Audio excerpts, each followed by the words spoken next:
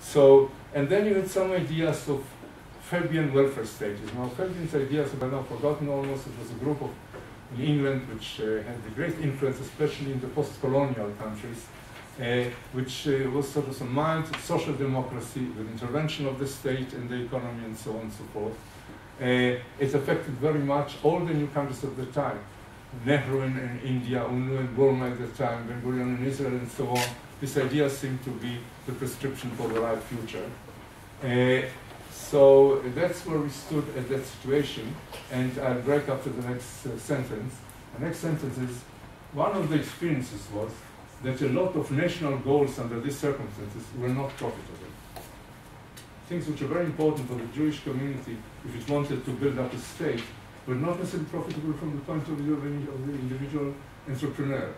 That created a certain, I'm simplifying, but that created a certain attitude that things which is profitable is not good for national goals.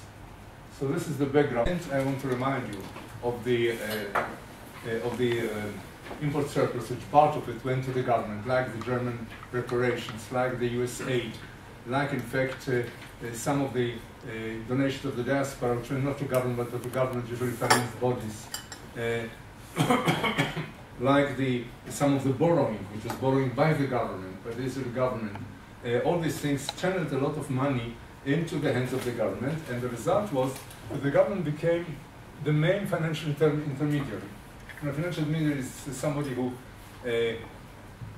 borrows from savers and lends to investors. So banks usually do that. And here the government was doing it. And that gave it a tremendous power over the economy, as you can imagine. So it used sometimes to discriminate on the basis of these industries are good and these industries are bad, and sometimes for political reasons and so on. It directed housing construction. It supplied employment both by attracting entrepreneurs and also by public works at the beginning. It controlled foreign exchange transactions with very strict control of the use of foreign exchange, import licenses and so on. It won't make an impression in this country, I think. You are still closing after a generation which knew these things, but in the rest of the world, I mean, these things were known worldwide immediately after the Second World War. But they were phased out much more rapidly than in our case. And to give you some idea, look at this. Look at this. There was an attempt to find out what was the division of the net domestic product. The difference between net and gross is really a question of what do you do with depreciation. It shouldn't bother you. It's only estimated in a different way, but it doesn't matter for our purposes. So things of measure gross domestic product, which isn't quite precise. So the public sector was about a fifth of that. Well, that isn't so surprising. If you look at the public sector, many countries would be that size. The private sector, however, was less than 60%. Another 20% was this workers' union, who was running firms and so on and so forth. And give you some idea that the two non-private businesses were over 40% of the economy. Now, most intervention by the government was discretionary. You could, if you had the cloud, you could, let me put it like this, a plan which was, if you wanted really to be sure that you won't get busted, your firm won't get broke, you should have invested in a poor development town somewhere, far away from the center of the country, where your plant provided the only employment. And if you were in any difficulty, either from competing imports or for some other reasons, you needn't even go to the government. The local chairman of the local council and the chairman of the secretary of the local working council would go to pressure the government to do something about it, to let you have some support so that you wouldn't need to, you wouldn't close your plant. Now, this intervention being discretionary was also exploited for political purpose. For example, you wanted to help a Lord Mayor who was running on the ticket of the, what was the majority, the Labour Party, so you lent him some money to have some improvements in his town. The only thing is that it also exposed the government to manipulation by the public. It's a two-edged sword. It doesn't always work for the benefit of the government. For its, I'm not talking about even its legitimate purpose. I'm not talking about non-legitimate purposes like political purposes. Now, the other thing is that you see provision of work and shelter, of housing and so on, that ultimately exhausts itself as an incentive. When everybody has got a roof over their head, and everybody has got work, by offering work or housing, you are not gaining much support of the population. So you have to remember, incidentally, Israel was never a one-party country. No one country ever had the majority in our parliament. All our governments were coalition governments. The Labour Party, which for years, until 1977, ran the country from the pre-state times, never had a clean majority. They always had to have a coalition with other parties. The other thing is that Israel was very happy to sign free trade agreements with the EU and with the United States, which were staggered. First, these big blocks will open themselves to our export. Then, after some years, we being the poorer and weaker part, will also open ourselves to their exports to us. When the government of Israel signed these things, I think they thought in terms of very short run. In the meantime, we'll get these markets. What will happen when we have to open ourselves to them, we'll wait and see. But the day came and that had to be done. So we had to dismantle a lot of the protectionist policies which the government instituted in order to protect local industries, which were not really profitable by international standards. We had runaway inflation, not by Hungarian Second or First World War standards, but still, and we had, which ended up in the stabilization program of 1985. The result was this was the end of cheap credit provided by the government. A lot of state-owned and state-owned enterprises went broke because of that. They could not renew their machinery, their equipment, and the new prices of capital, real price of capital. And there were also some international effects, Thatcherite and Reaganite attitudes to political power, and it affected political power in Israel. And in the 1990s, it went even further. There was a development of privatization as an ideology. There were two attitudes of privatization. One was because private firms are more efficient. Well, one can debate it, one can check it. The other one is for ideological reason. And in 1990, the government which tried also to privatize because of ideology, and this resulted in a great sell-off of government firms, of state-owned firms, in a way which a bit like, but not really, similarly in magnitude to the Russian oligarchs. You know, the Russian tycoons who bought very cheaply huge businesses when the Soviet Union fell apart, but we had something on that on our smaller scale.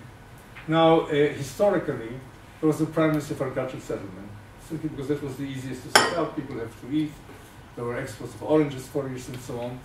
But farming encountered constraints in land which could be used and water which can be used.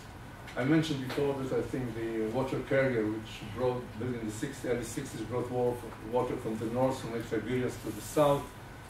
But one day people realized that we are exporting water. We are a water-scarce country. We are exporting water in little round packages of a color somewhere between yellow and gold. How do you call them? Oranges. Oranges consume a tremendous amount of water to be grown. If you just look at the content of the orange, most of it is water, sweetened water, but water. The same went for cotton, which we were growing. The same stage we were even growing sugar beet and things of this sort. All these things are tremendously water consuming. So it was clear that it cannot be used to provide more employment for the population, and there was need for employment, especially in development towns. So we started, and there was a fear that the import surplus will not continue forever. We would like it to continue forever. The question is, will people be ready to go on giving us money without asking something immediate in return?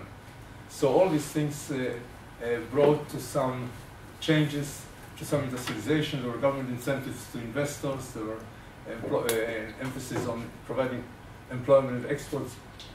Investments which were supposed to result in exports were given a preferential treatment over other investment.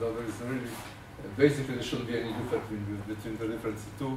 There were still some protective tariffs. And there was something which turned out to be a blessing in disguise, and it was the Arab boycott.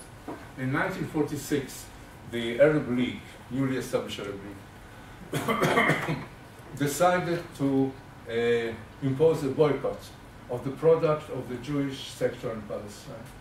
And the boycott was direct boycott. We don't buy their things.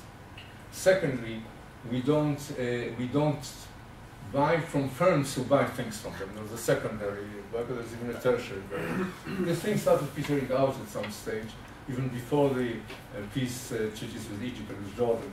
But the interesting thing is that it turned out to be a blessing in disguise, because see, during the Second World War, as I mentioned to you,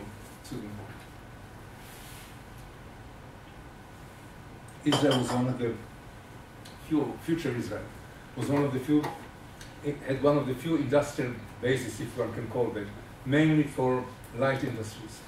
And these industries supplied not only the armies, but also the markets of the Middle East, which were badly hit by the lack of, by the difficulties on shipping. You could not transport goods from Europe or from the States to the markets because shipping was taken out by the armies. So the Palestinian Jewish industries at that time enjoyed quite a profitable business in the neighboring countries, and this boycott hit them very bad. But that resulted in one very important thing, that had it continued, had it not been imposed, this industry would probably have been flourishing for some time, producing goods for the neighboring countries, until the neighboring countries would have started producing them themselves. These are some of the industries which are relatively easy to start. Like this, Israel had to turn to other markets, to the markets of the north, markets of Europe and North America. And that means moving to higher grade goods, to different type of goods, not the light industries that produced before, not the same type of goods, and in the long run turned out to be very, very beneficial. So as I said, at that time it was considered to be a terrible thing, but in the longer run it turned out to be really a blessing in disguise. I can tell you about the idea of encouraging investment in development parts and industries. He was a very active Minister of Industry. And one of his ideas is bring textiles to these places. What's the advantage of textiles? First of all, the world does not go naked on the whole. So there will always be demand for textiles. Secondly, it's relatively, the skills are very simple. It's very easy to learn how to operate machinery, textile machinery in a factory. I'm not talking about handicrafts. And thirdly, there was a long tradition of Jews in the West working with that. They call it the rags business, you know, rags, old clothing or something of this sort. So it certainly will work well. The only trouble was that this minister was not the only industry minister in the developing world which had these brilliant ideas. And within a few years, there was a terrible, huge excess capacity of textiles all over the developing world. And that was the end of this industry really to a considerable extent in Israel. Anyhow, what happened over the years, and this you may wish to see. Here you've got the change in the infrastructure in 50 years. And the thing is, the blue thing is agriculture, the red one is manufacturing, and the white is construction. The rest is very services, and I'll talk about services later. And you can see how the share of agriculture went down dramatically, how the share of manufacturing initially increased and then went down previously. And I'll say in a moment why that happened. But this was the development. So Israel stopped being a farming country. We still have got that image. I can tell you that I, for one, hanker after the smell of the flowering of the orange groves that used to accompany me half of the way from Jerusalem to Tel Aviv, and they don't exist any longer. I think that the airport authority, the Ben Gurion Airport, have planted some oranges there just so the tourists coming to the country will get the smell. So there was the decline, as I said, of manufacturing after mid-1990s.